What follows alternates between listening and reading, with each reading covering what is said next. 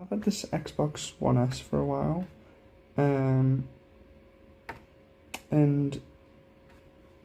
it used to work a couple of years ago, but then came back from my friend's house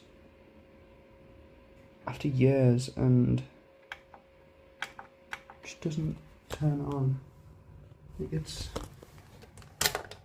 plugged in. I've tried several different chargers. It just doesn't work.